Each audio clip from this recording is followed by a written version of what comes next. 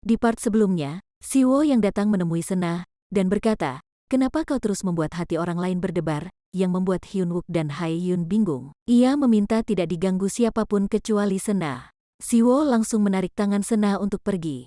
Sena dan Siwo pergi ke karaoke.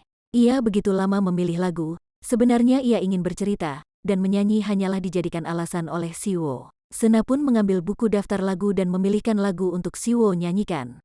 Siwo langsung bangkit untuk bernyanyi karena lagu yang dipilih Sena ternyata lagu kesukaannya. Di sisi lain, Hae-yun mengajak Hyunwook makan malam. Di tengah pembicaraan Hae-yun, Hyunwook tidak terlalu memperdulikannya, pikirannya terus tertuju pada Sena. Ia terus teringat ucapan Siwo saat di atap ketika menemukan Sena. Begitu pula Sena, meskipun ia bersama Siwo, namun pikirannya melayang ke atap di mana ia bersama Hyunwook mendengarkan lagu revisinya. Setelah Siwo selesai bernyanyi, ia mendapatkan telepon dari Raihun, yang menyuruhnya untuk membawa ibu Siwo pergi dari rumahnya. Kemudian Siwo datang di antara mereka. Ia kesal karena ibu Raihun memperlakukan ibunya seperti itu, bahkan berniat memanggil polisi. Siwo langsung menarik ibunya pergi. Ibu Siwo melakukan semua itu karena mengkhawatirkan Siwo. Namun Siwo tak suka ibunya menjadi pengemis. Ia berteriak kepada ibunya dengan menahan air matanya. Ia ingin ibunya menyerahkan semuanya padanya, ia akan berusaha. Siwo akhirnya memilih pergi karena Sena tak mendengarkannya. Sena kemudian menanyakan keadaan ibu Siwo. Ibu Siwo berpesan kepada Sena agar menjaga dan merawat anaknya, karena Siwo sekarang membutuhkan kenyamanan. Sena kemudian pergi menemui Siwo yang berada di mobil. Siwo mengatakan bahwa Sena tak mengerti apa-apa karena ia hanyalah trainee. Sena pun menerimanya, "Baiklah. Aku akan mengatakan sesuatu pada idola sebagai trainee. Kau sangat menyedihkan." Siwo menyela, "Aku tak dapat berbuat apa-apa, keluarga adalah beban bagiku, beban yang harus kubiayai." Siwo yang begitu keras kepala dinasehati oleh Sena, yang selalu egois. Sena pun pergi meninggalkan Siwo yang tampak frustasi. Sena sadar bahwa ia harus menjaga Siwo supaya tidak kabur. Ia berbalik namun tak menemukan Siwo. Ia menghubungi Hyunwook yang sedang bersama Hae-yun. Hyunwook menenangkan Sena, itu semua bukan salahnya. Keesokannya, tiba-tiba Siwo datang menemui Hyunwook.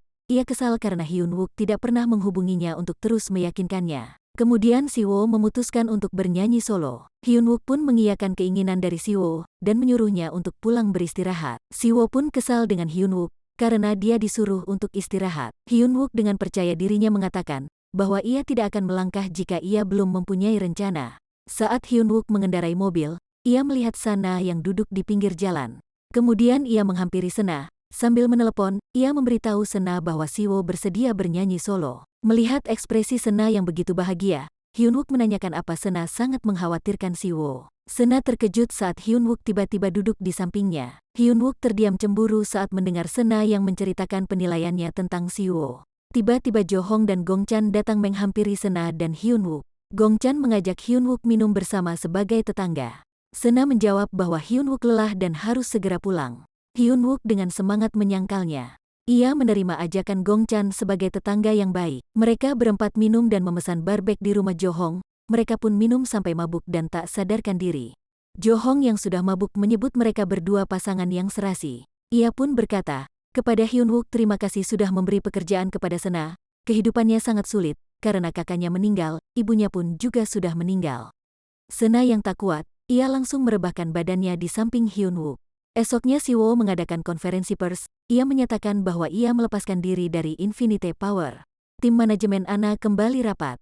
Mereka senang karena aksi Siwo mendapat penilaian positif. Saat Siwo sedang latihan, Sena yang kebetulan lewat melihatnya, ia pun menghampiri Siwo. Sena menanyakan apa Siwo sudah baikan dengan ibunya. Namun Siwo tidak tertarik untuk hal itu dan justru menyebut Sena anak yang baik. Sena yang awalnya hendak beranjak pergi, mengurungkan niatnya.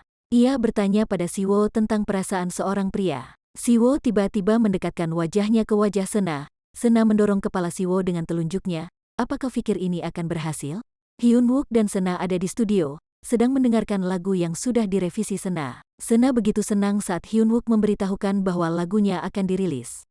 Hyunwook meminta merubah vokalnya diisi oleh suara pria. Kemudian Hyunwook menemui Siwo, dan juga mendatangkan Sena. Hyunwook memberitahukan bahwa single pertama Siwo adalah lagu ciptaan Sena.